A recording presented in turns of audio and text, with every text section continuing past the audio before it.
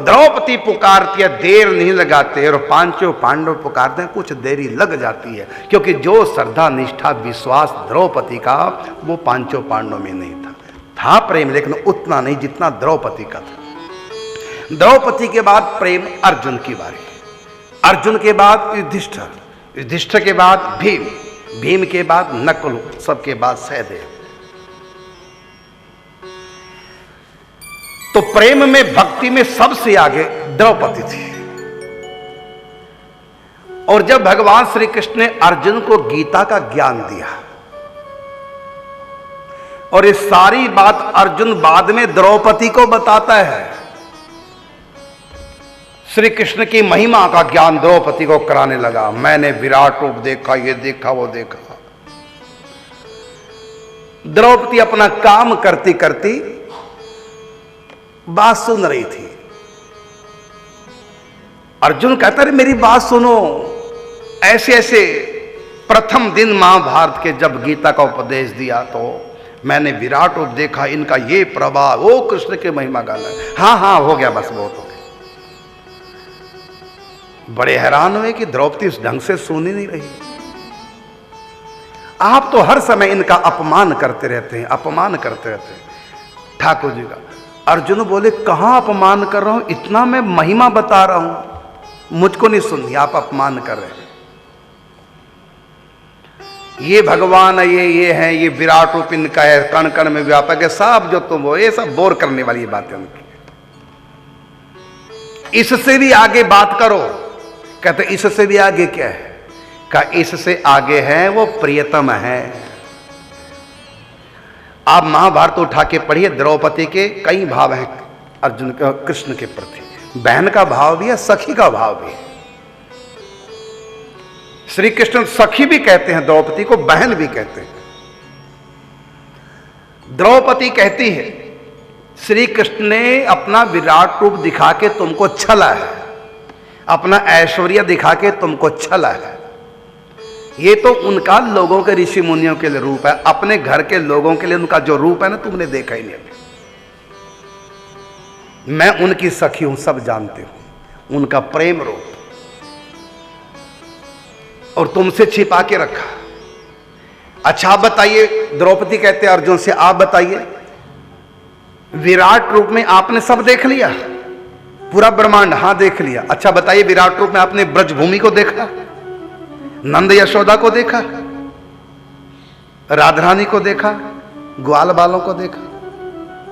ये छिपा के रखा ना, मैंने तो वो भी देखा है। तो आपको रूप छिपाया है, दिखाया नहीं। मैं जितना कृष्ण को जानती हूं आप नहीं जानते। भले विराट रूप देख लिया, गीता का ज्ञान पूरा कृष्ण ने सुना दिया, लेकिन आपके साथ छल की है कृष्ण ने, और मेरे साथ उनका असली रूप सामने आया। ये तो भक्तों के भाव के अनुसार बनते हैं। जाकी रही भावना जैसी, प्रभु मुहूर्त देखी थी तैसी। आपके लिए बन गए विराट, बन गया ऐश्वर्य, लेकिन उनका जो असली रूप है, माधुर्य है, वो आप जानते नहीं हैं।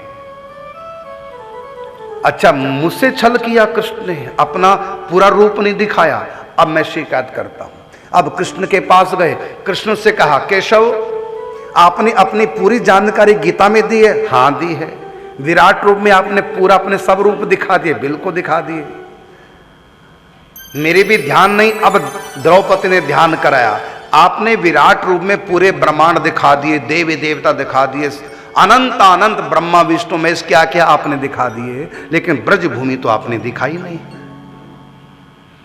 भगवान कहते क्यों दिखाऊंगा, तो मेरे साथ छल क्यों?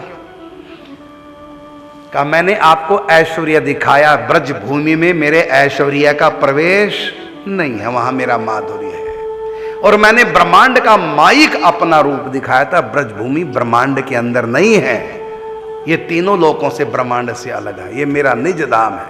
फिर आपने निज स्वरूप क्यों नहीं दिखाया? भगवान ने कहा मेरे निज स्वरूप कई हैं। अर्जुन का सर्वोपरि आपका निज स्वरूप क्या का? वो है निकुंज वृंदावन।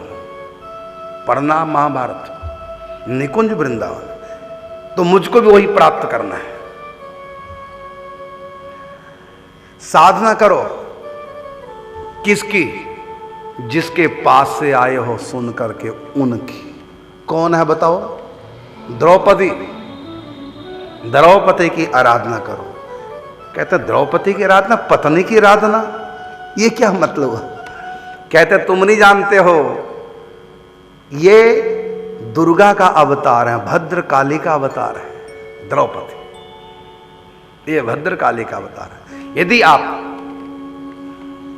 दुर्गा की उपासना करोगे तब आपके पास वो शक्ति आएगी जिससे तुम उस आनंद को सह पाओगे, नहीं तो शरीर छूट जाएगा तुम्हारा। द्रौपदी तुमसे भी बहुत आगे है। उसने मेरे सखी पद को स्वीकार किया है, उसका साक्षात्कार किया है। तुम मेरे सखा तो हो लेकिन मेरी सखी नहीं।